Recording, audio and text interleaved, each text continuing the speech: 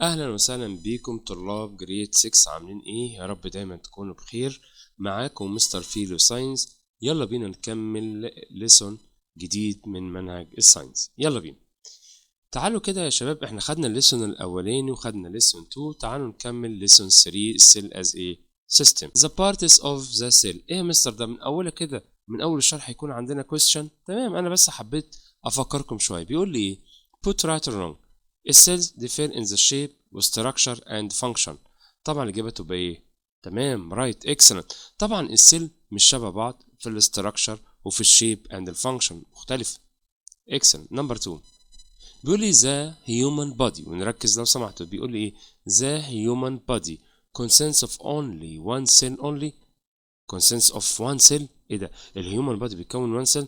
طبعا الاجابه تبقى ايه؟ false. برافو، ده الهيومن body consists of more than one cell. Number 3 the body of the bacteria is composed of one cell only. نركز، انا هنا بقول لك ايه؟ البادي اوف بكتيريا بيتكون من one cell. طبعا الاجابه تبقى ايه؟ right، excellent. يلا بينا. living organisms are divided into. خلي بالك هنا بقى، انا بقول لك ان living organisms divide بتنقسم لايه؟ اول حاجه unicellular organisms. تمام، ويعني ايه unicellular organisms؟ قال لك they are living organisms that their bodies consists of one cell only. يعني جسمها كله يا شباب بيتكون من ايه؟ من one cell. like مين؟ بكتيريا. تمام، يبقى انا عندي لما اجي اقول لك unicellular organisms هتقول لي دي عباره عن living organisms البادي كله بيتكون من ايه؟ من one cell. زي مين؟ like البكتيريا. الحاجه التانيه multicellular organism، وخلي بالك بقى they are living organisms that their body consists of many cell. consists of many cell. تمام، يبقى انا عندي cellular organisms البادي بتتكون من one cell. طب multi cellular organisms طبعا هنا ايه؟ ان في اكتر من ايه؟ من سيل واحد. تمام، زي مين؟ like الهيومن. تمام، and plants and animal. تمام، يبقى انا عندي living organisms are divided into unicellular organisms. تمام، ومالتي سيلر organisms. طب زي مين اليونيسيلر؟ بكتيريا. طب والمالتي زي مين يا شباب؟ الهيومن والبلانت اند الانيمالز. تمام، نكمل. give reason. ايه يا مستر ده؟ ليه give reason؟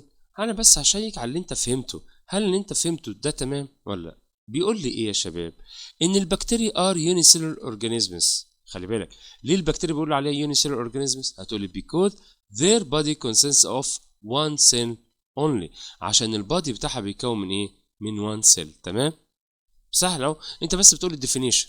اوكي. نمبر 2 a horse is the one of multicellular organisms. ها ليه؟ هقول because it is the body consists of many cells. تمام، يبقى انا عندي لما اجي اقول لك ليه دي unicellular organisms هتقولي because their bodies consists of only ايه؟ one cell. لكن الهورس او الكات او الهيومن او البلانت مالتي سيلولر، انت ما عليك يا حبيبي تقول ايه؟ because it is a body consists of many cells. سهله. تمام، يلا نكمل. الاستراكشر اوف مالتي سيلولر اورجانيزمز بوديز. تعال بقى نبدا نتكلم عن ايه؟ على الاستراكشر بتاع موست اوف ايه؟ مالتي سيلولر اورجانيزمز اللي هي ايه؟ زي الهيومن والبلانت والانيمال. لو انا جيت بصيت على البوديز organized into 5 level. بصوا كده، similar cell. السيميلر سيل دي تتجمع تديني تيشوز. تمام، بعد كده تديني اورجان، بعد كده تديني سيستم، بعد كده تديني بادي. ايه ده؟ يعني ايه يا مستر الكلام ده؟ بصوا يا شباب، اول حاجه ان السيميلر سيل زي ما قلنا في الليسن 1 دي سمولست بيلدينج يونت، دي اللي بتبني البادي بتاع الليفنج اورجانيزمز. تمام تمام. السيميلر سيل دي ايه اللي بيحصل؟ لو انا عندي جروب اوف سيميلر سيل فورمد بيكونوا ايه؟ تيشوز، والتيشوز تتجمع مع بعض تديني ايه؟ اورجان، والاورجان ايه؟ تديني ايه؟ سيستم. والسيستمز الكتيره اللي احنا واخدينها قبل كده لما اجي اتكلم في الاخر تديني مين؟ ذا اول بادي. يبقى انا عندي سيميلر سيل، بعد كده tissues، بعد كده organ systems and the whole body. Let us see the structure of the human body and example multicellular organisms. تعال نشوف الهيومن بادي ده اكزامبل من مين؟ من multicellular organisms. بصوا، قال لك اول حاجه مين؟ السيل. السيلز ان الهيومن بادي contain different shape of the animal cells. فاكرين لما شرحنا في الليسون الاولاني احنا قلنا ايه؟ ان انا عندي فيه سيلز كتير جدا، بس خلي بالك ان السيل different in shapes. يعني بص الماسل سيلز، بص المنظر بتاعها والشيب بتاعها عامل ازاي. طب لو انا جيت بصيت على البون سيل بص عامله ازاي، معناها جوه البادي بتاع الليفنج اورجانيزمز اللي هو مين؟ الهيومن، لكن السيل ايه different. تمام، نكمل. طيب السيلز دي كتيرة قوي، تعمل ايه؟ 4 تديني tissues، والتيشوز عبارة عن is often composed of a group similar cell that do the same function، يعني ليها function واحدة. يعني مثلا أنا عندي الماسل سيل دي، لو أنا عندي كذا ماسل سيلز هتديني مين؟ ماسل تيشوز. تمام. طب لو أنا عندي بون سيلز، لو أنا جبت كتير بقى من بون سيلز هتديني مين؟ بون تيشوز. تمام، ونركز. يبقى أول حاجة السيلز تتجمع تديني مين؟ تيشوز. أوكي. بعديها اللي يحصل، قالك ان التيشوز دي تعمل ايه يا شباب؟ بصوا بقى، collecting together، تتجمع مع بعض تديني ايه؟ اوريجان. تديني ايه؟ اوريجان. each organ is composed of a group of different tissues. خلي بالك، يعني الاوريجان عبارة عن ايه؟ composed of different tissues to do its own function. زي الهارت ده كده اوريجان، والاستومك دي كده اوريجان. فاكرين؟ التو اكزامبل اللي قدامكم دول مين؟ دي كده اوريجان من سيستمز معينه، صح؟ بس خلي بالك ان كل اوريجان ليه اون فانكشن، ليه الوظيفه بتاعته. تمام؟ تمام. بعد كده الاوريجان بقى تديني ايه؟ تمام، تديني السيستم. each system is composed of a group of different organ to do certain function. اهو لو انا عندي الاستومك دي مع باقي الاوريجان بتاعت الدايجستيف سيستم تديني في الاخر مين؟ الدايجستيف سيستم. فاكرين جريد 4؟ تمام. طيب الريسبيراتوري سيستم اهو انا عندي كذا اورجان، ادي اللونجس، ادي تراكيه، تو برونكاي برونكولايسيس، وهنا في الفيولاي. الله، ايه ده يا مستر ده؟ ما كل ده عباره عن كذا اوريجان. ما الاوريجان لما تتجمع مع بعض تديني ايه؟ سيستم. الاوريجان تتجمع مع بعض تديني ايه؟ سيستم. تمام. يبقى اول حاجه سيل collecting together تديني ايه؟ tissues، والتيشوز collecting together تديني مين؟ اوريجان، والاوريجان collected together تديني مين؟ سيستم. وخلي بالك كل اوريجان وكل سيستم ليه specific ايه؟ function. سهله؟ طيب يعني كده مين؟ السيستم. في الاخر بقى السيستم دي كلها تتجمع ايه؟ تديني مين؟ all body. علشان كده انا لو جيت بصيت وقلت لك ان all body ده composed of a group of different system، ان الجسم بتاعنا ده يا شباب بيتكون من ايه؟ من group of different system. زي ما خدنا في last year ان انا عندي ايه؟ في circulatory system، صح؟ طب ما انا في جريد 4 واخد سيستم تانية، الدايجستيف سيستم والريسبيراتوري سيستم والنيرفس سيستم. تمام كده؟ يبقى انا عندي الاول بادي consists of او composed of group of different system. تمام؟ تمام يا مستر. يلا بينا، يلا نكمل. بيقول لي بقى ايه؟ نوت. وخلي بالي ايه من نوت؟ ان الهيومن بادي contain about 40 تريليون سيلز. يا لهوي، كل الرقم ده 40 تريليون، عارفين قد ايه؟ يعني 40 وجنبها 12 زيرو، فبنقول عليه ايه؟ 40 تريليون سيل. اوكي، يلا بينا نكمل. سيل بارتس. تمام، وركزوا كده بقى. بيقول لي ايه؟ most of the animal cell and the plant cell are composed of some main parts which are، ايه الحاجات اللي موجوده في البلانت سيل والانيمال سيل؟ نمبر 1 سيل ممبرين او بلازما ممبرين. تمام. نمبر 2 cytoplasm. نمبر 3 nucleus. نمبر 3 nucleus. نمبر 4 organelles. تمام.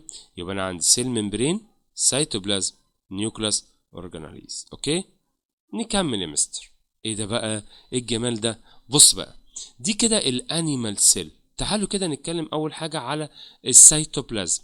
السيتوبلازم ده اللي هو شايفينه منقط كده جوه السيل، فبنقول عليه it is gelatinous liquid أو thick liquid which found inside the cell. تمام. يبقى أنا عندي السيتوبلازم ده gelatinous liquid، يعني سائل لازق شوية، سائل ايه؟ جيلاتيني. تمام. بس خلي بالك which is found inside the cell، يعني ده موجود جوه السيل كلها. تمام. ماشي. طيب تاني حاجة قال بص كده، سيل ممبرين اهو، سيل ممبرين، كل ده اسمه ايه؟ سيل ممبرين. والسيل ممبرين عبارة عن it surround the cell from outside، يعني ده بيحيط بالسيل منين؟ من outside especially the animal cell. ودي ايه البيكتشر بتاعت مين؟ animal cell. ايه بقى التانية organelles؟ they are different tiny structure inside the cell، و each type من الحاجات دي كلها عندها ايه؟ special function. يعني كل حاجة من الحاجات دي عندها special function، يعني وظيفة معينة أو وظيفة خاصة. بعد كده عندي بص هتلاقي ايه nucleus، والنيوكليوس دي it is often located at the center of the cell. يعني النيوكليوس دي موجودة فين؟ في السنتر of the cell. تمام؟ يلا نكمل. بصوا ايه ده بقى؟ قال لك ده كلوروبلاست اللي لونها جرين. الله، ايه ده؟ هي رسمتها غريبة ليه؟ بص كده مكتوب ايه تحت؟ plant cell. plant cell. يبقى انا عندي السيل وول وعندي كلوروبلاست. طب الاتنين دول موجودين فين؟ في البلانت سيل. طب ايه السيل وول ده؟ اهو ده عبارة عن ايه؟ هنفهم دلوقتي. ده surround السيل from outside. تعالى كده بص نقرا الناحية التانية. number 1 ان the plant cell is surrounded by cell wall from outside. يعني ده بيحيط يا شباب البلانت سيل منين؟ outside. number 2 the cell wall is made up of. السيل وول ده معمول من ايه؟ substance called cellulose. يبقى السيل وول is made up of ايه؟ cellulose. اوكي. number 3 a special type of plant cell has ability to make photosynthesis process. فاكرين الفوتوسينثيسيس اللي احنا خدناه في last year؟ ليه بقى البلانت عامة يعمل photosynthesis process؟ بص بقى ليه؟ as it contain a special organelles called chloroplast. ايه ده؟ عشان عنده الكلوروبلاست يا شباب. فلما يكون عنده كلوروبلاست يبقى هو يقدر يعمل ايه؟ photosynthesis process. تمام؟ وخلي بالك من البيكتشر اللي قدامك عشان ده difference between البلانت سيل and animal cell. تمام؟ يبقى انا عندي هنا ان البلانت سيل فيها ايه؟ سيل وول وفيها كلوروبلاست، ودي الحاجات الديفرنت بينها وبين مين؟ animal cell. تمام كده؟ يلا نكمل. لو احنا فهمنا تعالوا كده بيقول لك ايه؟ check your understanding. نشوف. complete the following sentence using word blue. cellulose, cytoplasm, similar cell. number 1 the thick liquid inside the cell is called تمام cytoplasm. برافو. number 2 a group of space forms a tissue. الجروب of ايه بيكون التيشو؟ طبعا مين؟ برافو، اللي هو ايه؟ similar cell. تمام. number 3 the cell wall is made up of a substance called طبعا مفيش الا غير اللي مين؟ cellulose. excellent شباب، برافو عليك. يلا بينا نكمل. بص بقى يقول لي ايه؟ the functions of cell parts. هنا هنبدأ بقى هنتكلم على كل حاجة جوه السيل بالفانكشن بتاعتها. بايه؟ بالفانكشن بتاعتها. يقول لك ايه؟ although the multicellular organisms are made up of many cells that differ in the shape والstructure. بس خلي بالك there are some ايه؟ similar parts in their structure. يعني في حاجات مشتركة بين الاثنين. تمام؟ نكمل. the function of cell parts. هنا بقى احنا عرفنا ان multicellular organisms made up of ايه؟ many cells. وطبعا هم ايه يا شباب؟ different in the shape and structure. بس تخلي بالك في حاجات similar parts، في حاجات ايه؟ similar parts، في حاجات مشتركة شبه بعض. طب احنا هندرس ايه بقى؟ we are going to study the common parts of the most cell. هنبدأ ندرس حاجات معينة مشتركة بين اتنين. اول واحدة مين؟ سيل ممبرين. سيل ممبرين. وبعد كده مين؟ نيوكليس. يبقى اول واحد سيل ممبرين، بعد كده نيوكليس. تمام. بعد كده سايتوبلازم، اندوبلازميك ريتيكولوم. تمام. وبعد كده حاجه اسمها ايه؟ ميتوكوندريا. يبقى انا هندرس يا شباب سيل ممبرين، نيوكليس، سايتوبلازم، اندوبلازميك ريتيكولوم اند ميتوكوندريا. اوكي. وايه تاني؟ حاجه اسمها جيولوجي او جيولوجي مثلا ايه؟ ابييرنس. اوكي. يلا بينا نكمل. اول حاجه مين؟ السيل ممبرين. بصوا السيل ممبرين ده عباره عن ايه؟ the outer lining of the cell. اهو من بره اهو، كل ده من بره. طب الفانكشن بتاعته it protect the cell، بيحمي السيل. تمام. يبقى اول حاجه protect the cell. number 2 it control the substance that can enter or leave the cell through the selective permeability. نركز، خلي بالك بقى ان السيل ممبرين عنده حاجه غريبه جدا. بيعمل ايه؟ control the substance that enter or leave the cell. يعني ده اللي بيتحكم في اللي داخل واللي خارج عن طريق حاجه اسمها ايه؟ selective permeability. تمام. طب يعني ايه بقى selective permeability؟ معناها ايه؟ نركز. that ان السيل ممبرين allow some substance to pass through it into the cell. يعني خلي بالك ان السيل ممبرين اللي هي selective permeability بتعمل ايه؟ allow some substance، ان في some material او some substance to pass او to move through it into the cell while it prevents some other substance from entering the cell. يعني هنا بيمنع السيل ان يخش لها اي ماتيريال مش محتاجاه، وفي نفس الوقت بيعمل ايه؟ كنترول. فبيسمي الحكايه دي ايه؟ selective permeability. يعني ايه selective permeability؟ ان السيل ممبرين allow some substance to pass through it into the cell and prevent some other substance from enter the cell. يعني هو بيتحكم في اللي داخل واللي خارج ويمنع اي حاجه تانية تخش من الاخر. يبقى ده اسمه ايه؟ selective permeability. تمام؟ دي الفانكشن بتاعت مين؟ سيل ممبرين. نكمل. الميتوكوندريا بص المنظر بتاعها كده، شايفين؟ They are one organelles of the cell. دي حاجة من الأورجانيز اللي موجودة فين؟ جوه السيل. بيقول لي بقى؟ They are known as the powerhouse of the cell. هنا ده بنسميه powerhouse. الميتوكوندريا called powerhouse. ليه بقى بنقول عليها powerhouse؟ تعالوا كده نشوف. بص بقى معلش ونركز لو سمحت. قال لك إن الباور هاوس الميتوكوندريا provide the cell with the energy. دي بقى اللي بتدي الانرجي للسيل. طب بتعمل ايه؟ by converting sugar inside the cell into energy through cellular respiration. يعني الميتوكوندريا اللي هي الباور هاوس هي بتعمل ايه؟ give السيل الانرجي that it needed. يعني هي بتديها الانرجي اللي عايزاه عن طريق بتعمل ايه؟ حاجه مهمه جدا، converting او change الشوجر inside the cell into the energy. بتاخد الشوجر وتحوله لايه؟ energy عن طريق بروسيس اسمها ايه؟ cellular respiration. تعال نفهمها كده. قالك ان cellular respiration it is the process that take place inside mitochondria. يعني بتحصل فين؟ في الميتوكوندريا. where ونركز ان الاكسجين جاز is used to obtain the chemical energy stored in the food. ايه ده؟ فاكرين ان احنا عندي types of the energy؟ من ضمن الانرجي حاجه اسمها chemical energy، ودي موجوده فين؟ store in the food. يعني ايه بقى؟ قالك ان الميتوكوندريا بتبدا تاخد الشجر وعن طريق الاكسجين وتبدا تطلع من الفود اللي هو الشجر كيميكال انرجي وتبدا تحولها لمين؟ قلنا انرجي. الانرجي البلانت او الانيمال او الهيومن محتاجها. تمام؟ طب بيحصل الكلام ده فين؟ في الميتوكوندريا. تمام؟ طب السيل عامه محتاجه انرجي ليه؟ بصوا ايه؟ make their function عشان تقدر تعمل الفانكشن بتاعتها. اوكي؟ وبنسمي الميتوكوندريا باور هاوسز. اوكي؟ نكمل. طيب نبدا بقى نكمل يا شباب. وبص نقول ايه بقى؟ هنبدا. انا عندي هنا بقى مين؟ سيتوبلازم. والسيتوبلازم زي ما قلنا في السلايدز اللي قبل كده it is a gelatinous liquid او thick liquid which is found فين؟ في the cell. تمام؟ يعني ده كل حاجه بقى جوه السيل suspended in it. تمام؟ suspended in it. ماشي؟ نكمل. النيوكليوس دي اللي موجوده في السنتر. وناخد بقى الفانكشن بتاعتها. بيقول لك ايه؟ it control all the cell activities. هنا بقى دي اللي بتتحكم في كل حاجه في السيل. زي ايه؟ such as formation of protein. تمام؟ يعني النيوكليوس هي اللي بتعمل ايه؟ بروتين. نمبر 2 cell division to form new cell.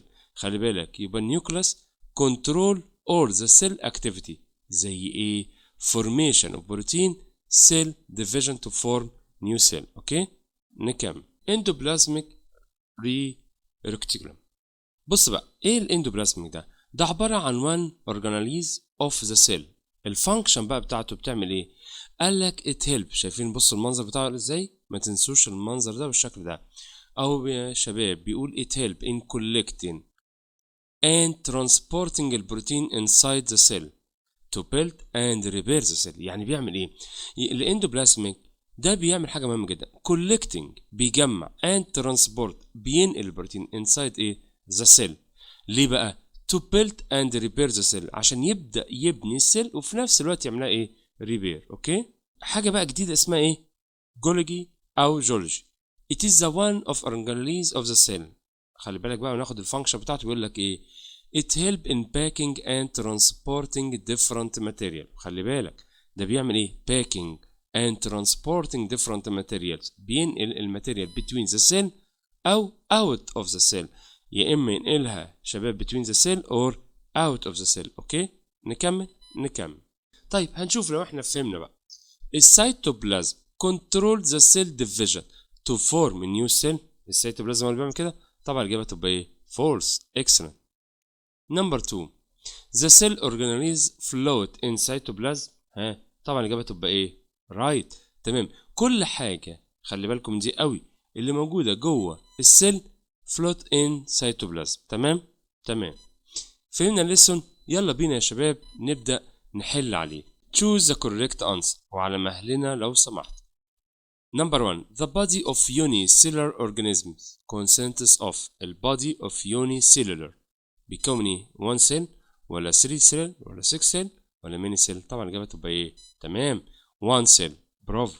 number 2 all the following organisms are example multicellular organisms except ما عدا human ولا الهورس ولا بكتيريا ولا ابل تري. نركز لو سمحت. كلمة except يبقى نختار الكلمة different. طبعا تبقى مين؟ البكتيريا هي الوحيدة اللي مش multicellular. ليه؟ عشان بيكون من one cell. اوكي نكمل. number 3 which of the following is the correct arrangement of the structure of the most multicellular organisms body. خلي بالك انا عايز هنا ايه؟ correct arrangement. اوكي نركز لو سمحت. similar cell ولا بعد كده organs tissues system ولا similar cell tissues organ system ولا organ tissue system similar cell ولا tissue similar cell و organ system. تمام برافو عليك. similar cell بعد كده to form tissues و tissues to form الorgan والorgan to form system. excellent. number 4 الستومك is composed of a group of different. خلي بالك بقى لو سمحت. بيقول لك ان الاستومك المعده is a composed of group of different ايه؟ اولا الاستومك دي ايه؟ اوريجان. والاوريجان بتكون من ايه؟ group of different ايه؟ بكتيريا ولا سيستم ولا اوريجان ولا تيشوز. تمام excellent tissues. ليه؟ عشان الاستومك دي ايه؟ اوريجان. excellent. number 5 all the following parts to form. خلي بالك main parts of the animal cell except يعني كل الحاجات اللي بتتقال هنا يا شباب فيها المين بارتس ما عدا حاجة. وخلي بالك المين بارتس اوف مين؟ animal cell except مين؟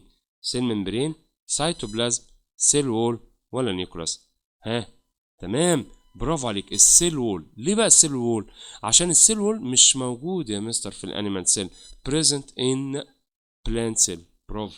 number 6 the gelatinous liquid which found inside the cell is known as nucleus cytoplasm cell membrane ولا اورجانيز.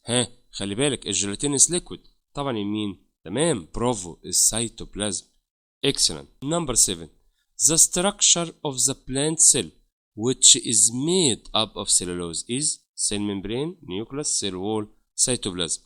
الإجابة تبقى ايه؟ تمام اللي هو مين؟ السيل وول. السيل وول ده موجود في البلانت سيل and made up of a cellulose. excellent. number 8 plant cell has ability to make photosynthesis process due to the presence of نقط inside it mitochondria chloroplasts nucleus cytoplasm. خلي بالك انا هنا بقول لك ايه؟ ان في حاجه في البلانت سيل هي اللي بتعمل فوتوسينثيسيس. طبعا تبقى الاجابه مين؟ تمام كلوروبلاست. نمبر 9 خلي بالكوا بقى في دي قوي. بيقول لك the organisms which provide the cell with the needed energy are called endoplasmic جيولوجي ولا ميتوكوندريا ولا سيل ممبرين. خلي بالك ده بيدي السيل needed energy provide او give the cell needed energy. طبعا الاجابه تبقى مين؟ برافو الميتوكوندريا. excellent. number 10 selective permeability of the cell membrane means. خلي بالك selective permeability means ايه؟ the cell control the energy is produced inside the cell the food which is consumed by the cell ولا substance which are transported inside the cell ولا the substance that can enter or leave the cell. طبعا هنا الإجابة تبقى ايه؟ تمام ان selective permeability اللي هي تبع السيل ممبرين ده بيعمل ايه بقى؟ control the substance that enter or leave the cell. تمام نكمل. choose the correct answer. number 11 all the following are خلي بالك from the function of the cell membrane of animal cell except that. خلي بالك بقى هنا بيعمل ايه؟ except في حاجة هنقولها هنا مش ماشية مع مين؟ مع السيل ممبرين. it protects the cell has selective permeability ولا provides the cell with the needed energy ولا it surrounds the cell from outside.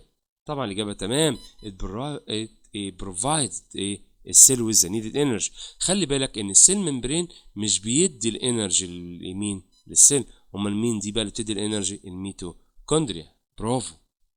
نكمل يلا. نمبر 12 the two cell organelles which are responsible for transportation process mitochondria and Golgi ولا endoplasmic and Golgi ولا endoplasmic and mitochondria ولا mitochondria and chloroplasts. ها تمام برافو عليكم. الاندوبلازميك اند جولجي الاتنين دول هم اللي يا مستر responsible for transpiration process. Number 13 النيوكليس responsible for controlling. النيوكليس responsible مسؤولة formation of protein only cell division only ولا formation of protein of the cell division ولا formation of protein and energy production.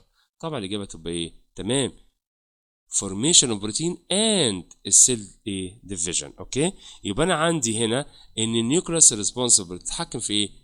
controlling the formation of protein and cell division. excellent. هنا بقى عندي two column A and column B ونركز لو سمحت. ميتوكوندريا endoplasm cytoplasm Golgi chloroplast. A all other parts float in it ولا they provide the cell with its needed energy ولا it help in packing and transporting different material between the cell and out of the cell ولا it made up of the cellulose help in collecting and transporting protein inside the cell ولا responsible for making photosynthesis process inside the plant. تمام. طب تعالى بقى نمشي خطوة خطوة. الميتوكوندريا دي بتعمل ايه؟ تمام برافو عليكم.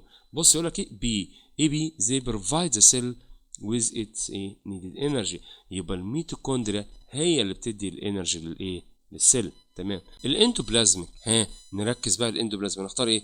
تمام برافو عليكم. it help collecting and transporting protein inside the cell.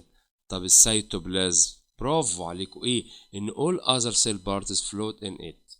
ان كل حاجه في السيل float in فين؟ السيتوبلازم. طب نمبر 4 برافو سي اللي it help packing and transporting different material between the cell and out of the cell. طب الكلوروبلاست طبعا الاخيره تبقى مين؟ F. والكلوروبلاست responsible for making photosynthesis process. تمام. ولو سمحتوا نقرا كويس قوي. put right or wrong bacteria and the horse are considered multicellular organisms. البكتيريا والهورس لا طبعا. يبقى اللي جيبها فورس عشان هو البكتيريا دي عباره عن ايه؟ unicellular organisms والهورس multicellular organisms. اوكي. respiratory system consists of a group different organ that do the function of respiration process. الإجابة ايه؟ right طبعا يا شباب برافو. number 3 the human body contains about 40 million cells. طبعا الهيومن بادي مش 40 مليون ده 40 تريليون. يبقى الإجابة دي ايه؟ false. تمام. 4 الكلوروبلاست are found in the cell banana plant leaves. يعني هو بيقول لي الكلوروبلاست موجودة في السيل بتاعت البنانة. البنانة دي بلانت سيل. يبقى الإجابة ايه؟ right. تمام. السيل of the monkey are surrounded by cell wall from outside. ايه ده؟ هو المونكي مش animal cell. يبقى السراوند بالسيل وول. طبعا الإجابة تبقى ايه؟ false. برافو. النيوكليس is found in the center of the most cell. النيوكليس found موجودة في النص. تمام. في السنتر of most of the cell. برافو. number 7 all cell parts which are found inside the cell are floating in the cytoplasm. يعني كل السيل بارتس اللي موجودة فين؟ في السيل floating in cytoplasm. الإجابة ايه؟ right. excellent شباب برافو عليكم. نكمل يلا نكمل. selective permeability feature take place through the cell wall. السلكتيف permeability بتحصل في السيل وول. طبعا الإجابة دي ايه؟ false. المفروض ايه الصح بتاعها؟ the cell membrane. تمام. طيب الاندوبلازميك reticulum is collecting and transporting protein inside the cell build and repair the cell. وعلى مهلي لو سمحت. الإجابة ايه؟ right. تمام. number 10 الميتوكوندريا convert the sugar inside the cell into the needed energy to make the cell to do its vital process. طبعا الإجابة ايه؟ ان اي سيل محتاجة energy. طب هتجيب الانرجي منين؟ من الشجر. طب مين اللي بيحول الشجر للانرجي؟ الميتوكوندريا. يبقى الاجابه دي ايه؟ رايت، برافو عليك. 11 cellular respiration take place inside the cells by help of Golgi appearance. طبعا الاجابه تبقى ايه؟ فورس. cellular respiration دي موجوده فين؟ في الميتوكوندريا. برافو. نكمل. رايت scientific term. وعلى مهلي لو سمحت. السؤال ده انا احب اسميه ايه؟ لعبه عروسته. هو يديني الجمله وانا اقول له ايه الكلمه بتاعتي. نمبر 1 they are living organisms that their body consists of one cell only. الاجابه ايه؟ تمام، unicellular organisms. برافو. نمبر 2 they are living organisms that their body consists of many cell. خلي بالك بقى بتكون من many ايه؟ cell. يبقى الاجابه دي ايه؟ برافو، multicellular organisms.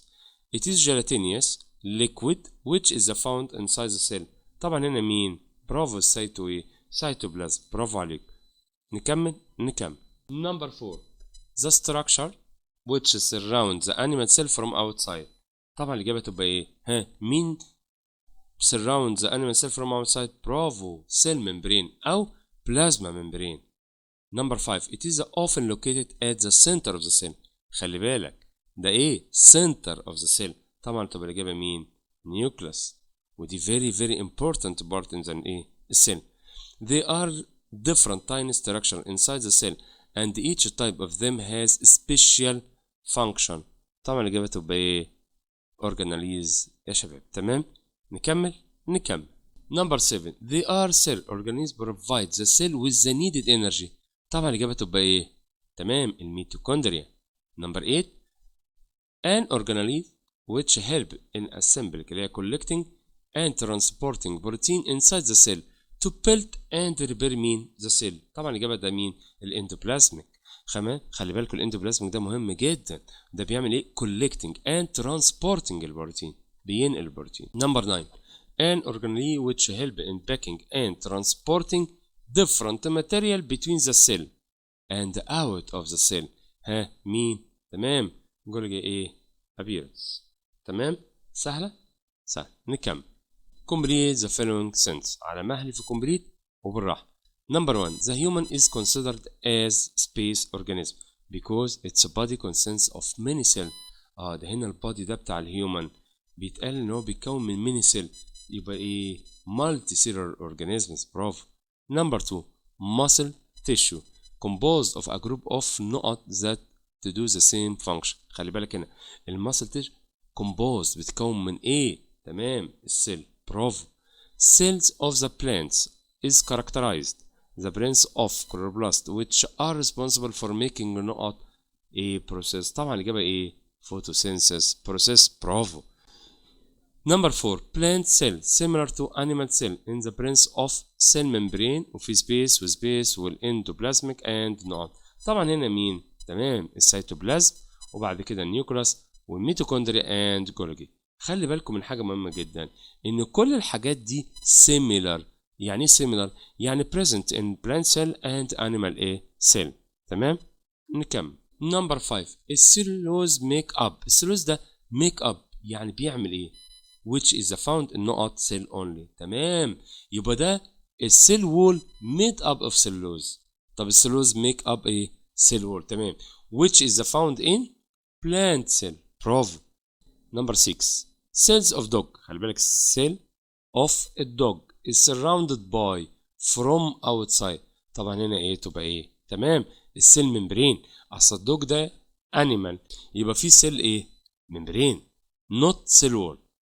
Number 7 الميتوكوندريا muscle cells convert بتحول نقط inside the cell into نقط which is needed for doing different exercise. تمام، يبقى دي مين؟ الايه؟ بتحول الشجر يعني ميتوكوندريا convert الشجر لمين؟ تمام، بتحوله او convert الشجر into the needed energy. برافو عليكم. Number 8 transporting protein inside the cell to build and repair it is the function of ايه؟ تمام، الاندوبلازميك ريكتيوم. تمام، while transporting different material between the cell is a function of Golgi appearance. تمام، يبقى خلي بالكم ان هنا الاندوبلازميك دي خاصه بمين؟ بالبروتين، لكن اللي بينقل بقى transport different materials غير البروتين يبقى مين؟ Golgi. اوكي، نكمل. gave reason. الكاتس are considered multicellular organism. ليه الكات multicellular؟ فاكرينها؟ تمام. because the body of the cat consists of many cells. عشان بيكون من ايه؟ many cells. برافو عليك يا شباب. number 2.